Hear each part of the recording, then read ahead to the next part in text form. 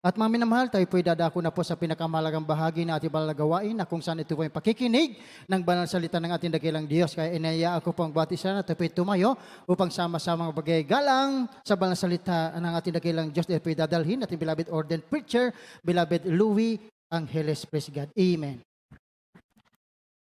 Amen. God bless you sa ating beloved Father Renato. Tayo po muna ay manalangin. Opo, dakilat na pagpalamang banal Diyos, makapangyarihan sa lahat. Aming pinakamamahal na Panginoong Hesus, sa pangunang panalangin po ng aming ginagalang Apostle and Time Prophet, maraming salamat po sa pagtangis mo sa bawat bahagi na yung gawain at tapos na tigit sa pagkilos mo sa aming kahit na alugad sa iyong Santong Espiritu nagbigalak sa mga puso at bago lahat. Kami nagpakbaba, lalo ang lingkod sa aming nagawang pagkukulang, pagkakamali, pagkasala kapag ano kami parin. Labos-labis po kami nagsisi sa mga labi. Ikaw po magdagay, makataga, dapat bigkasin, sampang unawa, kaisipan ng bawat na pakinig at patulma kaming samahan ng iyong kapangyarihan sa pangalan ni Jesus. And we bind the power of darkness and and doubt, Satan cast out, be bound into hell and be there forever in the name of our Lord Jesus we pray. Amen and amen. Purihin natin pinakamalay Yesu Kristo, una tigit sa lahat. Ang pinakamataas na pagpupurit, pasalamat, kawalhatian, kadakilaan ay tangi lamang sa ating Diyos na buhay at makapangyarihan walang iba sa ating pinakamamahal na Yesu Kristo. Ang po'y nagpabot ng dobling paggalang sa ating beloved Honorable Evangelist Welde Almeida, the end-time prophet of our loving God, and to the whole Almeida family at patuloy po ang ating pag-alala kailanman. Hindi po natin malimutan ang mga aral, mga alaala, turo ng ating beloved Assistant Pastor, our beloved Mama Dear, at magandang hapon sa inyo lahat, sa lahat po ng ating mga pinagpalang viewers sa ating pong live webcast. Ang ating tatalakayin nasa ating monitor, when problems come. When problems come, sa Tagalog niyan, mga minamahal, kung ang mga problema ay dumating o pag dumating ang mga problema o suliranin. Yan po ang Tagalog niyan, when problems come. Basahin po natin ang ating text. Dito po sa mga awit, 34, talatay 19, balik sa 17, ganito po ang pagkasulat. Marami ang kadalamhatian ng matuwid, ngunit iniligtas sila ng Panginoon sa lahat. 17, ang matuwid ay nagsisidaing at dinininig ng Panginoon at iniligtas sila sa lahat nilang mga kabagabaga. Purihin ang ating pinakamalapos si Kristo, ang ating Diyos na buhay sa langit, ang magpala ng kanyang banal na salita. Amen? Sabi ng ating nabasa mga minamahal, dahil maraming taong nag-iisip na kapag ikaw ay naging matuwid, wala ka ng problema, mga minamahal. Pero ang katotohanan naman, wala namang taong matuwid. Kaya nga tayo naglilingkod sa harap ng mahal na Panginoon, ginagawa natin ang kalooban ng mahal na Panginoon, mga minamahal, para tayo maging matuwid. Kaya nga, pag hindi ka naglingkod sa Diyos, ikaw lang ang magsasabi sa sarili mong ikaw ay matuwid, pero ang katotohanan sa harap ng Diyos, ang tawag sa iyo ay filthy rag, ibig sabihin, maduming basahan. Kaya pag naglingkod sa Diyos, may presensya ang Diyos, kagaya nung ating ramdaman kanina, mga minamahal. Sa awitin pa lang ng mga youth choir, singles choir, hanggang sa finest choir, sa ating mga pag-aawitan, talaga namang inubuhos ng Malapenoon ang kanyang banal na presensya. Ang ibig sabihin, nililinis tayo ng ating pinakamamahal na Panginoon para maging matuwid sa kanyang banal na harapan. Maliban na lamang na hindi tayo mag-strive na madama ang presensya ng mahal na Panginoon, sinasayang natin yung paglilinis ng Diyos, hindi tayo nagiging matuwid. Gayunpaman, mga minamahal, ang matuwid, sabi ng ating nabasa, marami siyang kadalamhatian, ngunit iniligtas ng Panginoon sa lahat.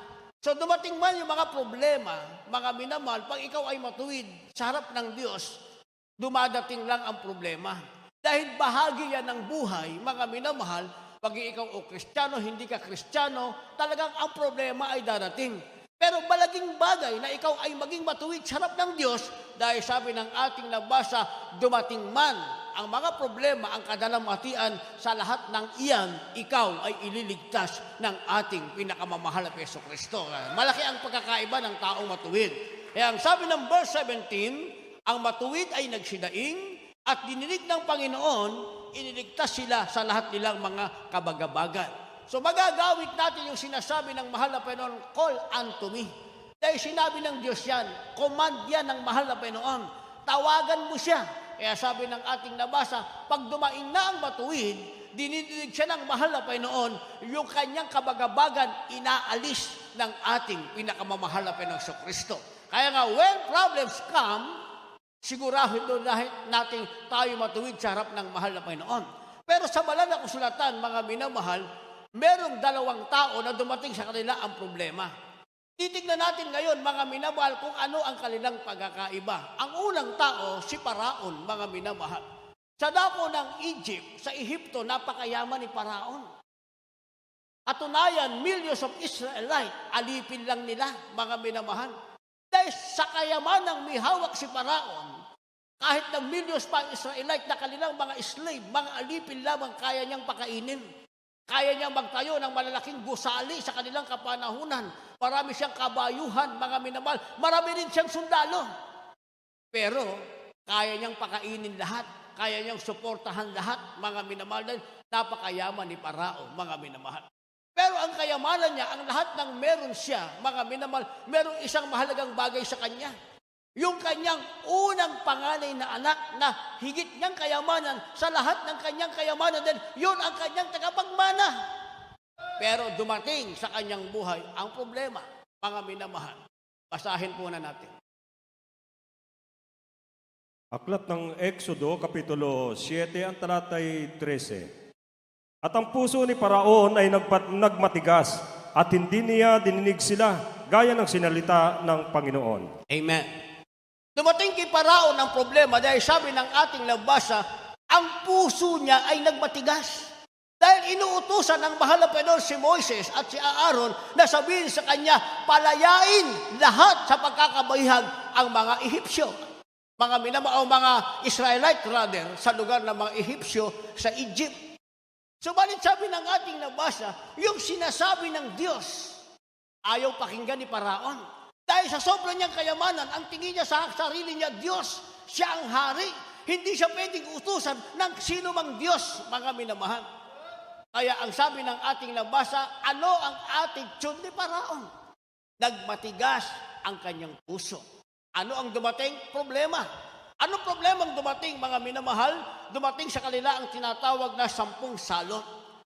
Ang unang salot na dumating, ayon sa Exodo Kabanatang 7, mga minamahal, ito ay hanggang Kabanatang 12. Kabanatang 7 hanggang Kabanatang 12, sa bawat kabanata, andon ang kubuan ng dumating na salot sa bawat bersikulo. Ang sabi rito, sa katigasan ng ulo ni Paraon, na sa sinasabi ng Diyos na palayain ang mga Israelite, hindi niya ginawa.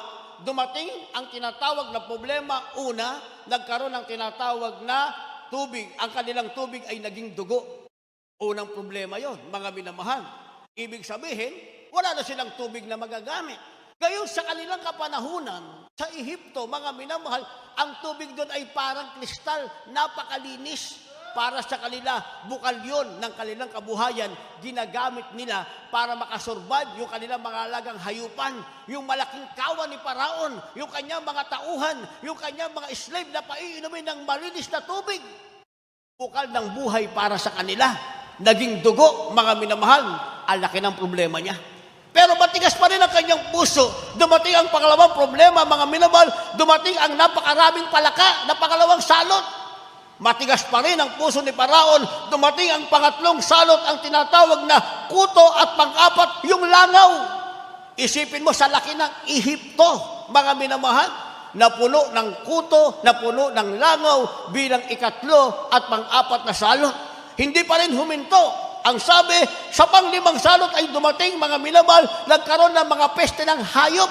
Ibig sabihin, yung kanyang kawan-kawan na hayop, na ito ang kanilang kabuhayan, mga minamahal, para makasurvive sa lahat ng kailang pangailangan, nangamatay lahat. Pero, matigas pa rin ang ulo ni Paraon, mga minamahal. Kaya dumating ang ika-anim na salot, ang sinasabing bukol.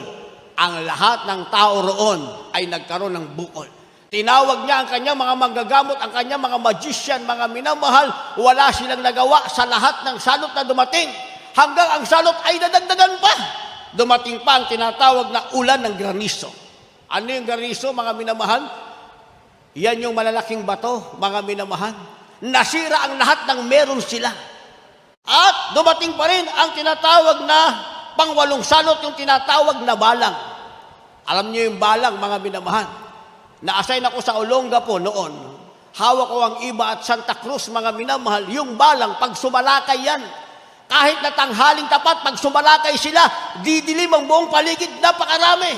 Pagbaba nila sa palay, mga minamahal, pag-angat, wala ka nang makikitang dahon ni bunga ng palay.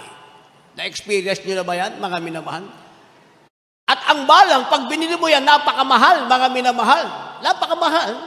Pero, pag naiwan ka sa rapture, sabi ng banal na kasulatan, ang balang, kasing laki ng kabayo. Kaya ngayon, pag merong balang, bilhin mo sa palengke, napakamahal, lalo na sa mga restaurant, kumain ka na ng kumain ng balang, kainin mo na siyang kainin. Dahil pag naiwan ka sa rapture, ikaw naman ang kakainin ng balang, kasi lalaki sila ng kabayo, mga minamahal. Yon ang dumating na salot doon sa Ehipto. Kaya halos nasira ang lahat ng kanilang pananim. At dumating ang sinasabing kadiliman. Wala nang araw, hindi na sumikat ang araw, hindi na sumikat ang buwan, mga minamahal. Kaya totoo namang naghirap ang buong Ehipto, mga minamahal. At ang pinakamalubha sa lahat, pinaka-worst sa lahat ng nangyari, namatay ang lahat ng mga panganay at kasamang namatay ang unang anak ni Paraon, mga minamahal. Ang tanong ay bakit dumating sa kanya ang mabigat na problema? Ang sabi ng banal na kasulatan, mga minamahal, dahil naging matigas ang kanyang ulo, hindi niya sinunod ang sinasabi ng mahal na Panginoon. Marahil kung pinalaya niya ang mga Israelite, mga minamahal, nawalan lang siya ng alipin. Pero mayaman pa rin ang kanyang nasasakupan, siya pa rin ang hari, siya pa rin ang Panginoon sa Ehipto. Nawalan man siya ng alipin sa kanyang kayamanan, pwede siyang bumili ng maraming alipin sa iba't ibang bansa. Pero ayaw niyang ibigay ang mga Israelite kay Moses, mga minamahal. So, ang dahilan ng pagdating ng kanyang problema hanggang sa kamatayan ng kanyang anak at totoong nalugmok ang Ehipto, mga minamahal, dahil sa kahuli-hulihang kwento ng makaalis na mga Israelite, hinabol nila lahat ng sundalong magagaling ni Paraon natabunan ng Red Sea, mga minamahal. Nawalan siya ng sundalo. Wala ng Israelite na alipin, na walang palang sundalo, naghirap ang bansang Ehipto, mga minamahal. Grabe ang kalungkutan ni Paraon. Dumating ang problema, bakit? Sabi ng ating nabasa sa katigasan ng kanyang ulo. Naintindihan nyo? Pero sa buhay ni Job, mga minamahal, dumating din ang problema. Anong ginawa ni Job, mga minamahal, nung dumating ang problema? Basahin natin. Dito po sa Job 1 talatay 20 hanggang 22, ganito po ang pagkasulat. Nang magkagayon, bumangon si Job at hinapak ang kanyang balabal at inahitan ang kanyang ulo at nagpatira pa sa lupa at sumamba. At sinabi niya, hubad akong lumabas sa bahay bata ng aking ina at hubad na babalik ako roon. Ang Panginoon ang nagbigay at ang Panginoon din ang nag-alis. Purihin ang pangalan ng Panginoon. 22, sa lahat ng ito ay hindi nagkasala si Job, ni inariman mangmang ang Diyos. Amen. Naintindihan natin yon, mga minamahal. Sa buhay ni Job, dumating din ang problema. Samantalang sa buhay ni Paraon, si Paraon dumating ang problema sa katigasan ng kanyang ulo, ayaw sumunod sa utos ng Diyos. Samantalang si Job, nang dumating ang problema, hindi niya sinisi ang Diyos, mga minamahal. Sabi ng ating nabasa, kung babasahin natin ang kompletong kasaysayan, ang sabi ng kanyang asawa, itakwil mo na ang Diyos mo sapagkat ikaw ay mamamatay. Bakit sinabi ng asawa niya yon? Si Job, mga minamahal, isang taong mainit maglingkod sa Diyos. Ang katunayan, binabantayan niya yung kanyang mga anak, mga minamahal. Pag nagkaroon ng tinatawag na shortcoming o pagkukulang ang kanyang anak, si Job mismo ang naghahandog ng alay, yung offering, para patawarin ng mahal na Panginoon yung kanyang mga anak. Siya mismo sa kanyang sarili, ayaw na ayaw niyang magkasala sa harap ng mahal na Panginoon. Pero dumating sa kanyang buhay ang problema. Anong problema niya, mga minamahal? Yung kanyang mga baka, lahat ay kinamkam, pinatay, pati ang kanyang mga tauhan. Yung kanyang mga asno, mga minamahal, kanyang mga tupak, kamelyo, at yung kanyang 10 anak, namatay sa tinatawag na tsunami sa panahon nila, mga minamahal. Amen? Ano nangyari, mga minamahal, kay Paraon? Binabalik-balikan natin, dumating sa kanya ang pandemic, ang walang hanggang kahirapan. Very worse, sinasabing worsen, mga minamahal. Pinakapangit na kalagayan. Dumating ang pandemic kay Paraon. Pero hindi niya nakilala ang Diyos na makapangyarihan. Samantalang kay Job, nang dumating ang pandemic, mga minamahal, dati niya nang kilala ang Diyos. Dati niya nang pinaglilingkuran ang mahal na Panginoon. Dati na siyang may takot sa Diyos. Dati na siyang naghahandog sa Panginoon at binabantayan ang kanyang pamilya, ang kanyang sarili para hindi magkasala sa harap ng mahal na Panginoon. Pero dumating pa rin ang pandemic. Nasaan tayong kalagayan? Sa kalagayan ni Paraon o sa kalagayan ni Job, mga minamahal? Nasa kalagayan tayo ni Job. Naglilingkod tayo sa mahal na Panginoon. Binabantayan natin yung ating sarili. Lagi nating dinadama ang presensya ng mahal na Panginoon para kung meron tayong pagkukulang ay mapatawad tayo ng ating mahal na Panginoon. Pinipilit natin gampanan ang ating tungkulin. Pero sa ating kalagayan, dumating pa rin ang pandemic, mga minamahal. Sa sanlibutan, dumating din ang pandemic. Tayo'y nasa sanlibutan. Kaya nga sa sanlibutan, maraming nagpapakamatay. Hindi nyo ba alam, maraming company owner, mga minamahal? Mga company owner ito, tinatawag na mga CEO. Sila ay kumukonsulta na sa mga psychiatrist dahil halos mawala sila sa kanilang sarili. Bakit bumagsak ang kanilang kabuhayan? Hindi na maibangon pa, mga minamahal. Kaninang umaga, habang kami nagpe-prepare, merong isang nagpa-interview congresswoman, mga minamahal, sinasabi niyang wala daw kwenta ang next quarantine. Dahil lalong mailulugmok sa kahirapan ang bansang Pilipinas, mga minamahal. Kaya sabi ng isang doktor, mga minamahal, ang tao ay umiiwas sa COVID, namamatay sa COVID, namatay naman sa stress, sa kahirapan, sa kagutuman, sa kawalang pag-asa. Kaya hindi daw mapanganib, mga minamahal, ang tinatawag na COVID, mas mapanganib yung lockdown at saka quarantine, at saka yung vaccine, mga minamahal. Dahil ang COVID, natural lang na darating, isang karamdaman. Pero yung kahirapan, pag yan ay dumating, mga minamahal, dumating, at yung vaccine ay mali, mga minamahal, na naiturok, pag yan ang dumating, walang kalaban-laban ang sangkatauhan, mga minamahal. O sinabi yan ng isang doktor. Sinabi rin ng isang congresswoman, mga minamahal, hindi ba?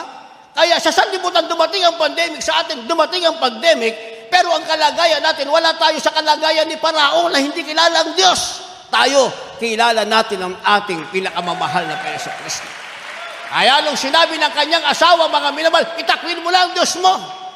Kung sa inyo mangyari yan, ang lahat ng iyong mga baka, asno, tupa, kamelyo, 10 anak mo namatay sa isang iglap lamang, mga minamahal, in just one day, lahat yan nangyari sa isang araw lamang. Dumadating ang tauhan ni Job, sinasabing, Job, wala na ang mga baka mo. Ang iyong mga tauhan, wala na. Ang asto mo, ang tupa, kamelyo, pati yung mga anak mo, wala na rin. Ang natira si Job at yung kanyang isang suwail na asawang nagsasabing, itakwil niya ang Panginoon. Pagdating ng problema, itinakwil ba ni Job ang Panginoon? Ang sabi ng banal na kasulatan, nang sinabi ng kanyang asawa na itakwil mo ang Panginoon at ikaw ay mamamatay, ang sagot ni Job, hangal na babae. Ang ibig niya sabihin, foolish woman. Ikaw ba'y marunong lamang magpasalamat sa Panginoon sa mabuting bagay? Ako'y lumabas sa bahay bata ng aking ina na wala. Babalik din akong wala. Ang sabi ng ng banal na kasulatan, sa lahat ng bagay na yon, si Job ay hindi nagkasala. Ang lumabas sa kanyang labi, purihin ang Panginoon. Ibig sabihin, sa kalagayan ni Job, mga minamahal, ang lumabas pa rin sa kanyang labi, purihin ang Panginoon. Kaya naman, nalugod ang ating pinakamamahal na Panginoon Kristo. Ang katotohanan, pag binasa natin, lahat ng kaibigan ni Job, hinusig siya. Sinabi ng kanyang kaibigan, wala na ang Panginoon sa'yo. Hindi na naging mabuti ang Panginoon sa'yo. Dahil malaki ang kasalanan mo sa harap ng Panginoon, kaya dumating sa'yo ang pandemic, ang salot na yan. Isipin mo, nakikita ng kanyang mga kaibigan, gaano kainit maglingkod si Diyos sa mahal na Panginoon, gaano katapat si Job maglingkod sa mahal na Panginoon, pero pinagbintangan siya isang makasalanan. Dahil dumating sa kanya ang salot. Samantalang itong mga kaibigan niyang sinungaling, sabi ng banal na kasulatan, wala namang salot na dumating sa kanila, mga minamahal. Ang makasalanan yung kanyang mga kaibigan nagpapayo sa kanyang wala na ang presensya ng Diyos sa kanya. Iniwan siya ng Panginoon.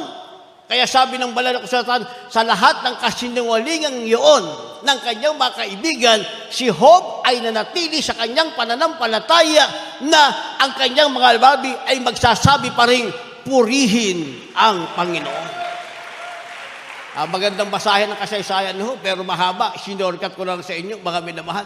Dahil sa salitang yun, nalugod ang ating mahal na Jesucristo. Kaya yung pandemic kay Job, yung problemang dumating sa kanya, mga minamahal, ni-reverse ng ating pinakamahal na Jesucristo. Pinalitan.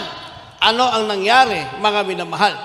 Yung kanyang baka na namatay, pinalitan ng 14,000 na baka ng ating pinakamamahal na Panginoon. Isipin mo, sabihin natin, 7,000 ang baka niya, na doble. Naging 14,000, mga minamahal. Yung asno niyang namatay, mga minamahal, sabi ng banal na kasulatan, pinalitan ng 1,000 inahing asno ng ating pinakamamahal na Jesucristo. Sabihin natin, meron lang siyang 500, pero 1,000 inahing asno ang pinalit ng ating mahal na Panginoon. Yung kanyang tupang namatay, mga minamahal, o yung kanyang baka na namatay, ay pinalitan ng 2,000 baka ng ating mahal na Panginoon. At yung kanyang kamelyo, mga minamahal, na namatay lahat, ay pinalitan ng 6,000 kamelyo ng ating pinakamamahal na Jesucristo. At yung kanyang mga anak na namatay, pinalitan ng mahal na Panginoon ng higit pang magaganda, makikinis, mga minamahal, walang kapintasang mga anak ng ating pinakamamahal na Jesucristo. Kaya yung kanyang mga kaibigan, nagturo sa kanya ng kasinungalingan at siya'y pinagbintangan na malaki ang kasalanan sa harap ng Diyos, kaya dumating ang problema at pandemic na halos kanya na lamang kamatayan. Bakit? Isipin mo, nawala na siya ng pamilya. Nawala na ang natira. Isa na lamang asawang gusto pang ipatakwil ang mahal na Panginoon. Wala na siyang kakainin. Wala na siyang magandang damit, kausuotan, wala nang tahanan. Ang suot niya, mga minamahal, ay sako. Ang nakalagay sa katawan niya, dati mamahaling pabago at magandang damit, puro bukol. Mula sa ulo hanggang paa, yon ang nasa katawan ni Job, mga minamahal. Pero sabi ng banal na kasulatan, si Job ay nanatiling, ang Diyos ay mabuti para sa kanya. Kaya't sinabi niyang, purihin ang Panginoon. Pagkatapos noon, mga minamahal, nakita ng mahal ng kanyang katapatan, ibinigay ng mahal ang lahat ng nawala sa kanya ng 2 beses na doble, mga minamahal. Kaya yung mga sinungaling niyang mga kaibigan, nakita na si Job pala ay pinagbibintangan nilang nagkasala. Ang totoo, dumaan lamang sa pagsubok si Job nang dumating ang problema na natili siyang tapat sa ating pinakamamahal na Panginoon. Kaya sabi ng banal na kasulatan, mga minamahal, ang Diyos ay may tinig. Pag napakinggan natin ang tinig ng Diyos, anong mabuti para sa atin? Gayahin si Paraon o gayahin si Job? Basa. Aklat ng Hebreo, Kapitulo 3, ang talatay 15. Samantalang sinasabi, ngayon, kung marinig ninyo ang kanyang tinig, huwag ninyong papagmatigasin ang inyong mga puso na gaya ng sa pagmumungkahi. Amen. Supporting verse, Psalms, basa. Sa mga awit, 34, talatay 13 at 14, ganito po ang pagkasulat. Ingatan mo ang iyong dila mula sa masama at ang iyong mga labi sa pagsasalita ng karayaan. Lumayo ka sa kasamaan at gumawa ka ng mabuti. Hanapin mo ang kapayapaan at hahabulin mo. Amen. Lahat magsabi ng praise the Lord. Yung ating nabasa, hindi ginawa ni Paraon. Yung ating nabasa, ang gumawa ay si Job. Sabi ng ating nabasa sa Hebreo, Kabanatang 3, talatang 15, mga minamahal, ngayon kung marinig mo ang kanyang tinig, huwag mong pamagmatigasin ang iyong mga puso. Kaya pag narinig natin ang tinig ng Diyos, si Paraon matigas ang kanyang puso sa tinig ng Diyos, dumating ang pandemic, ang problema, hanggang kamatayan, hindi na siya nakabawi.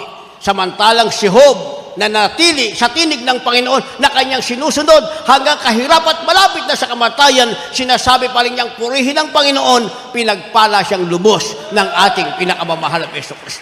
Kaya nilagyan natin ang supporting verse. Ang sabi ng ating nabasa sa Psalms 34, verse 13, kung hindi maging matigas ang ating puso, upang hindi maging matigas ang ating puso, At dinggin natin ang tinig ng Diyos, ang sabi ng verse 13, ingatan mo ang iyong dila mula sa masama at ang iyong labi sa pagsalita ng karayaan. Kaya si Paraon, mga minamahal, sinasabi niya kay Moses, sinong Diyos ang sinasabi mo? Sino ang nagsugo sa'yo? Walang masabi si Paraon, si Moises. Ang sabi lang ng malapitan, paano pag tinanong ako? Sabi mo, isinugo ka ng ako nga. Kaya sinabi ni Moses, isinugo ako ng ako nga. Hindi kayang tanggapin, mga minamahal, ni Moises, ni Paraon, yung sinasabi ni Moises, na ang nagsugo sa kanya, nagsasabing, I am that sent you. Hindi matanggap, mga minamahal, dahil ang alam ni Paraon, siya, mga minamahal, ang Panginoon sa kanyang kapanahunan. Kaya hindi naging maingat ang kanyang dila. Nagsasalita siya ng pamusong sa makapangyarihang Diyos na ang pangalan ay ako nga. Yung sinasabing, I am that I am.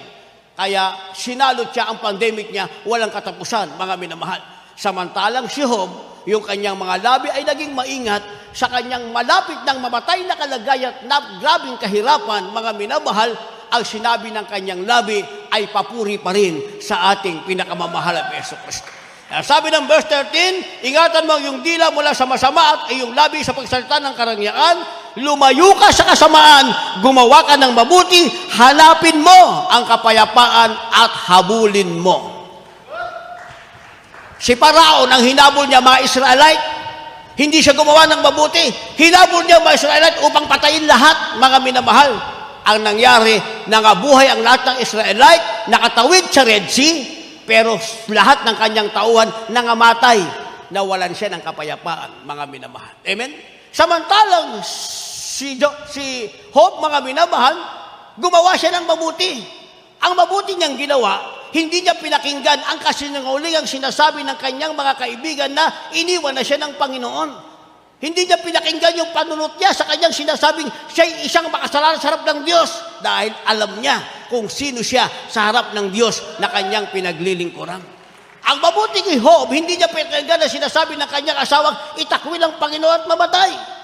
Ang sabi, gumawa siya ng mabuti, hinabol niya ang kapayapaan, kaya naman lubos siyang pinagpala ng ating mahal na Panginoon. So ganyan ang ating kalagayan. And finally, sabi ng banal na kasulatan, ang Panginoon, ang mata ng Panginoon ay magiging nasa atin sa mahabang pandemic pang dadaan at sa marami pang bariyat na dadaan, anumang pagsubok na dadaan, mga problemang dadaan, na nanatiling ang mata ng Panginoon ay nasa kanyang mga anak sapagkat sila ay kabilang sa mga tinubos ng mahal na Panginoon. Last verse, maghanda ating manugtog, mga magpaawit. Dito na tayo para hindi masayang ating oras. Aklat ng mga awit, Kapitulo 34, ang talatay 15 at 22.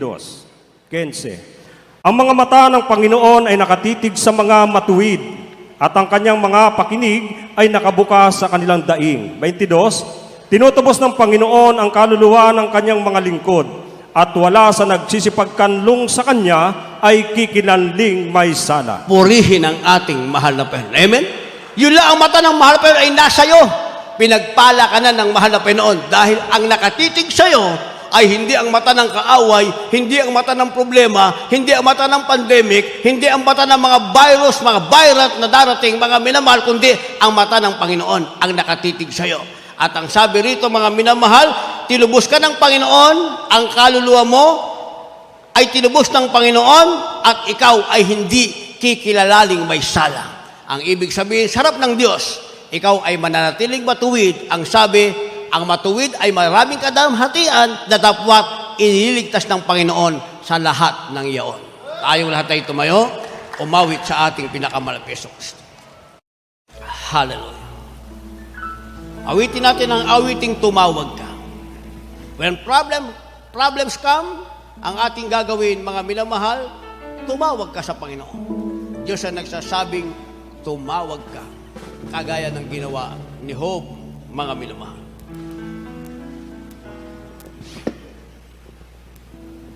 Minsan ay dumating ang mga pagsubok sa buhay ko. Minsan yan ay Harapang nag-aalinlangan ka. Subalit sa minsan tayo parang nag-aalinlangan. Nag-iisip ka kung ano ang iyong gawin. Na naging lilipay sa buhay mo. Huwag mawalan ng pag-asa, kaibigan. Huwag mawalan ng pag-asa. Mga pagsubok sa'yo'y dumaraan lamang. Asahan mo. Asahan mo, May hanggang tutulong sa may iyo. tutulong sa'yo. Dili iba. Iba si Yesu Cristo. Sabi ng Panginoon, tumawag ka. Tawag ka, Ang Diyos ay sasagot at ako'y sasagot sa'yo. Hallelujah. At ako'y magpapakita ng mga bagay na di mo pa nakita. Lagi nating isipin, walang imposible. Walang imposible sa Panginoon. Sabi ng Panginoon, Ang Panginoon, tumawag ka. tawag ka, Ang Diyos ay sasagot sa iyo. ako'y sasagot sa'yo. At magpapakita At ako'y ng magpapakita mga bagay na di mo pa ng mga nakita. bagay na di mo pa nakita. Walang imposible. Walang imposible sa Panginoon. Sabi ng Panginoon, Ang Panginoon, tumawag ka. Ang Diyos na tatawagan. ako'y sasagot sa'yo. Ang Diyos ay siguradong sasagot sa iyo. At ako'y magpapakita ng mga bagay na di mo pa nakita.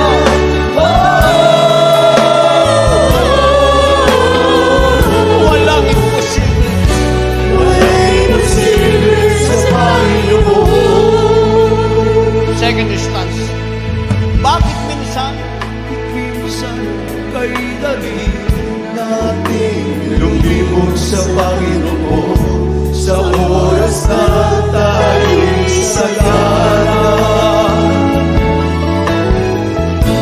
Kapag umarating na ang kagitan sa buhay, saka ka palang tatawag sa Kanya.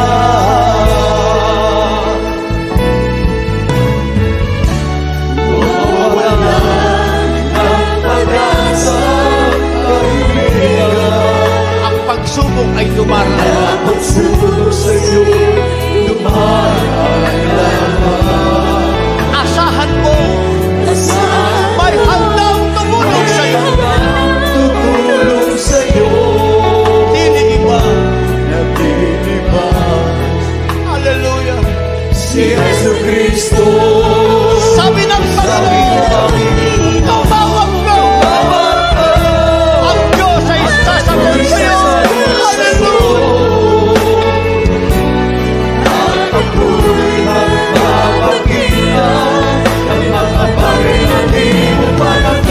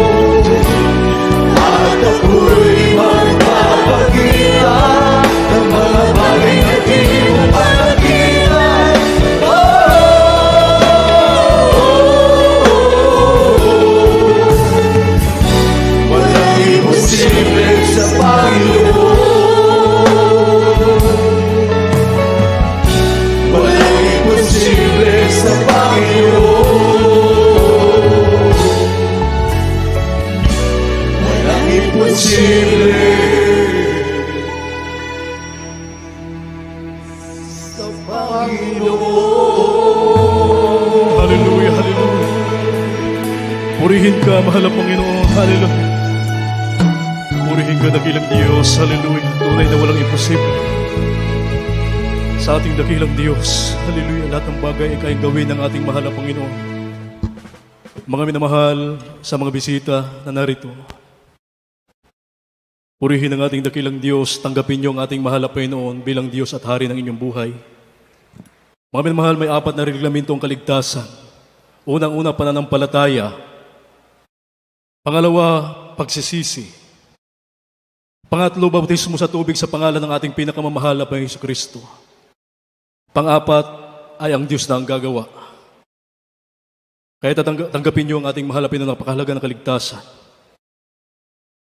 Ang unang-una niyong gagawin, mga minamahal, ay pananampalataya. Sabi ng Biblia, ang lahat ng sa Kanya ay nagsitanggap ay pinagkalooban niya sila ng karapatang maging anak ng Diyos. Pangalawa, mga minamahal, yung pagsisisi. Yung maka-Diyos na pagsisisi. Yung mga gawang makasalanan na ating ginagawa dati ay hindi na natin gagawin. Tuluyan nating tatalikuran ang mga masamang gawa na ating ginawa. Yun ang ibig sabihin ng maka-Diyos na pagsisisi. Pangatlo ay bautismo sa tubig sa pangalan ng ating pinakamamahal na Panginoong Jesucristo. Sabi ng Gawa 2:38, magbautismo ang bawat isa sa inyo sa ikapagpapatawag ng inyong mga kasalanan at tatanggapin ninyo ang kaloob ng Espiritu Santo. Yun ang pangatlong reglamento ng kaligtasan. Ang pang-apat, Diyos na ang gagawa. Yung nakita nating nanginginig, lumuluha, umiiyak, yun po ay tanda ng bautismo sa Espiritu Santo. Ang Diyos na ang gagawa kapag naisagawa natin ang pangatlong reglamento ng kaligtasan, bautismo sa tubig sa pangalan ng ating pinakamamahal na Panginoon. Tayo dumalangin, mga minamahal, sa ating mahal na Panginoon. Tanggapin niyo ang ating dakilang Diyos. Sundin niyo ang maiksing panalangin na aking babanggitin, mga minamahal. Sabihin niyo, dakila naming Ama sa langit, Diyos at makapangyarihan sa lahat. Ako po ay lubusang nagpapasalamat sa iyo, sa iyong banal at makapangyarihang salita na aking napakinggan. Nagbukas ng aking mga pangunawa, mahal na Panginoon. Mahal na Panginoon, narito po ako, isang taong makasalanan. Lubos at labis po akong nagsisisi sa lahat na aking mga nagawang pagkakasala. Mula na ako magkaisip hanggang sa mga sandaling ito. Mahal na Panginoon, tinatanggap kita bilang Diyos at Hari na aking buhay. Pumasok ka sa aking puso na marumi ka sa kasalanan. Linisin mo po ako, mahal na Panginoon. Mahal na Panginoon, iligtas mo po ako 10 na aking mga mahal sa buhay. Mahal na Panginoon, gawin mo po akong tunay na Kristiyano sa isip, sa salita at sa katotohanan. Isulat mo po ang aking pangalan sa aklat ng buhay diyan sa langit. Ito po'y aking samot na langit sa makapangyarihang pangalan mo, mahal na Jesus, na aking tinanggap. Amen. Kami na po ang manalangin sa inyo, mga minamahal. Opo, dakilan may Ama sa langit, Diyos at makapangyarihan sa lahat, sa matamis at makapangyarihang pangalan mo, aming pinakamamahal na Panginoon. Maraming salamat, dakilang Diyos, sa mga kaluluwang tumanggap sa iyo, mahal na Panginoon. Hallelujah, mahal na Panginoon. Iligtas mo po sila 10 ng kanilang mga mahal sa buhay. Mahal na Panginoon, pagpalain mo sila hanggang sa iyong maligayang pagbabalik, sila makapagpatuloy sa paglilingkod sa iyo, dakilang Diyos. Ang lahat ng ito ay aming samot dalangin sa matamis at makapangyarihang pangalan mo, aming pinakamamahal na Panginoong Jesucristo. Hallelujah, hallelujah. Purihin ang ating dakilang Diyos, mga minamahal. Right after the service, mayroon pong bautismo sa tubig sa pangalan ng ating pinakamamahal na Panginoon. Makabalik na po kayo sa inyong kinaupuan. Huwag niyo pong isipin ang inyong pong susutin na mabasa sapagkat mayroon po tayong baptismal robe na inyo pong magamit upang sa inyong pag-uwi, hindi po mabasa inyong kasuotan. Purihin ang ating dakilang Diyos at ang pong pagkakataon ay aking na pong ibinibigay sa ating beloved ordained preacher, beloved brother Fred Ignacio Impress. God bless you po, beloved brother Rodel. Maraming salamat sa ating dakilang Diyos. Tayo po ngayon minamahal ko ay dudulog sa trono ng biyaya ng ating pinakamamahal na Panginoon na sabi sa Biblia, sa Jeremias 33:3, call unto me and I will answer thee and I will show thee great and mighty things which thou knowest not. Tumawag ka sa akin at ako'y sasagot sa iyo, sabi ng pinakamamahal na Panginoon, at magpapakita ng mga bagay na hindi mo pa nakita. Ang sabi ng ating Panginoon Kristo sa Mateo 11:28, "Come to me, all you labor and heavily laden, and I will give you rest." Isipin po natin, minamahal, Diyos mismo nagsabi, "Lumapit kayo sa akin, kayo nabibigat ng luba, at kayo aking pagpapahingahin." Gaya po ng ating po mga patotoo, pinagaling tayo ng ating dakilang Diyos sa karamdaman. Binago ng ating pinakamamalak ng ating buhay, yung dating hikaw sa buhay, pinagpala sa pinansyal ng ating pinakamamalak Panginoon. Sumampalataya ka lamang sa ating dakilang Diyos. Maglingkod ka lamang ng tapat at sentyak na bagay. Ang katugunan ay ibibigay sa iyo ng ating dakilang Diyos. Sapagat ang sabi nga po ng ating pinakamamalak Panginoon, hindi kita pababayaan, hindi kita iiwan. Kaya tayo minamahal ko yung manalangin sa ating dakilang Diyos. Manalangin tayo ng may pananampalataya. Hallelujah, hallelujah. O dakila naming Ama, Diyos sa makapangyarihan sa iyong pangalan, aming pinakamamahal na Panginoon Jesus. Sa pangunot panalangin po ng aming minamahal, ginagalang na Pastor Evangelista Willis Rado Alameda. Narito kami pinakamamahal na Panginoon, nagpapakumbaba sa iyong banal na harapan, nagsusumamo, humihingi ng tawad sa lahat po ng pagkukulang sa mga kahinaang napagbigyan. Patawad po pinakamamahal na Panginoon. Dalangin po namin, Lord Diyos, tigit sa lahat ng kalakasan, kalusugan, pag-iingat, pagpapala, mahabang buhay. Sa aming minamahal, ginagalang na Pastor Evangelista Willis Rado Almeda sa kanyang buong sambayan. Sa lahat po ng mga mangaral, lahat po ng mga gawat, minalakapatiran. Dalangin po namin, Lord Diyos, hallelujah, na patuloy mo yung palakasin ng bawat isa sa amin. Tigit sa lahat, kalakasan, pang-espiritual, ang aming pong panampalataya, pinakamamala Panginoon. Dalangin po namin, Lord Diyos, maging sa aming po mga webcast viewers, mala Panginoon, kung paano mo tinawag ang bawat isa sa amin, kung paano kami inarugan ng banal na salita, mala Panginoon, kabaga mo sila sa sandaling ito. Batid po namin, hindi po maigsi yung kamay, na hindi mo may pagkalubong pangailangan ng bawat isa, at hindi po malayo ang iyong pandinig, na hindi mo mapakinggan ang hinaing ng mga anak, at sa iyong makapangyarihang pangalan, ng aming sinasuhay lahat ng demonyo ng karamdaman, devils of sickness and disease, devils of problems, unbelief and doubts, mga gawa ng kaaway, mahadlang sa paglilingkod, lumayas ka, we bind the power of Satan, in Jesus' mighty name we pray, be healed, be healed, be healed, problem be solved, in Jesus' mighty name we pray, hallelujah, praise the Lord. Purihin natin dakilang Diyos. Sa ating pong pag-angkin ng katugunan na ating pinakamamahal minamahal, lumbukso tayo ng 3 beses kasabay po ng pagsigaw ng Hallelujah, praise the Lord. Sapagkat tandaan po natin, minamahal ko, na sabi nga po, nalulugod ang Diyos sa mga taong maligayang nagkakalob. Ang pagkakalob natin minamahal sa ating pinakamamahal na Panginoon, salamat. Kaya nga po, lumbukso tayo ng pagkain namin at sumigaw tayo, minamahal ko. Gawin po natin, Hallelujah, Hallelujah, praise the Lord. Hallelujah, praise the Lord. Hallelujah, praise the Lord. Purihin natin dakilang Diyos. Thank you, Lord God. Purihin natin pinakamamahal na Panginoon. Makabalik po tayo sa ating mga upo. Minamahal ko, tayo pindadako sa announcement to our beloved brother, Bobby Acerio, praise God.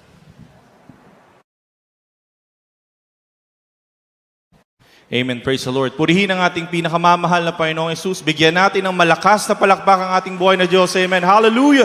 Hallelujah! Praise the Lord! Purihin ang ating pinakamamahal na Panginoon at God bless you po sa ating beloved ordained preacher, Fred Ignacio, para po sa ating pagpapatuloy, para po sa ating announcement. Makinig po ng mainam, para po walang kalituhan. Amen.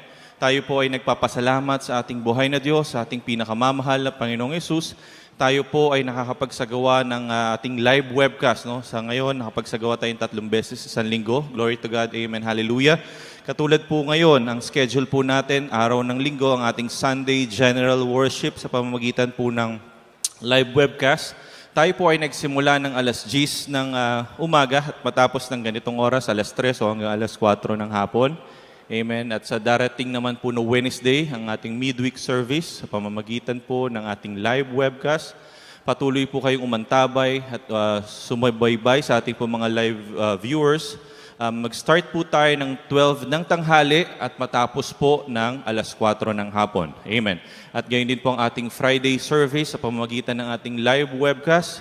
Patuloy niyo pong samahan at umantabay po sa ating live webcast sa Friday. Mag-start naman po ito ng alas 12 rin po at hanggang alas 4 ng hapon. Inaanyayahan ko po kayong patuloy sumabaybay sa ating Facebook account, sa ating Facebook page sa JMCIM May Kawayan Outreach. Dito po natin i-announce kung meron mga pagbabago sa ating mga schedule or kung ano mang updates. Palagian pong dito rin po natin mapapanood yung mga replays ng ating pong mga live webcast at araw-araw, mayat maya po pwede po natin itong pakinggan. Amen, praise the Lord. Atin din pong tangkilikin ng ating radio program. Amen. Nasa DZME po tayo, 1530 kHz, the Jesus Miracle Hour. Monday to Saturday po ito. Nag-start po ng 11 p.m. at matapos ng 12 midnight. Amen. Purihin din po ang ating pinakamamahal na Panginoong Jesus sa ating pong TV program. Marami po ang naligtas at tunay na pinagpala, nakakilala sa buong katotohanan. Nasa PTV Channel 4 po tayo. Tuwing Sabado naman po ito. Nag-start ng 11 p.m. at matapos ng 12:30 po ng madaling araw. At dito po natatapos ang ating live webcast sa araw na ito. Purihin ang ating pinakamamahal na Panginoong Jesus at ibinibigay ko na po ang buong pagkakataon para po sa pananalangin, para pa sa ating pagtatapos sa ating beloved Brother Noel Corbito. Amen. Praise the Lord. Hallelujah. God bless you, Ate Bilal, Babi Asiris. Hallelujah. Sawahan niyo ako manamahal sa pagtatapos sa gawain. Hallelujah. Opo, nakilang Diyos, ang mamanalas kay Panginoon, Panginoon, kami nagpupuri, nagpasalamat, nakilang Diyos. Bawat ligto na aming nagawa sa unat na lahi, bilang pasuristaan, namin na mahal, Panginoon. Marami po salamat, mahal po sa paglagis mo, mula sa papuring awitin, natin ng mga awit, mahal, Panginoon, mula sa joyful soul, solim, mahal, Panginoon. Maging mahal, Panginoon, sa mga nagpatutuon, nakilang Diyos, sa iyong nakilang himala, mahal, Panginoon. Maging sa awitin ang beloved choir, maging sa pagpapaliwanag sa pagbibigay na kila Diyos. Maraming salamat mula, Panginoon. Maging sa mensahe na nilala ng mga ngaral sa hapon ito. Maraming salamat mula, Panginoon. Naging karagdagan namin sa kalakasan sa paglilingkod namin sa iyo, mula, Panginoon. Maraming salamat mula, Panginoon, sa iyong matamis na presensya na pinadadala mo sa bawat isa sa amin, mula, Panginoon. Maraming salamat mula, Panginoon, sa iyong kadakilang kabutihan na kila Diyos. Dalahan namin sa iyo, mula, Panginoon, sa aming pag-uwi ng kanyang tahanan. Ihatid mo, mula, Panginoon, walhati, mula, Panginoon, lukuman mo kami ng iyong kapangyarihan nagmumula sa iyo, mula, Panginoon. Kaya pagpagalain mo kami Panginoon sa oras ito, sa awat-talaan, mga gulang namin sa iyo sa pangalan ni Jesus. Amen. Praise the Lord. Hallelujah. Amen. Praise the Lord.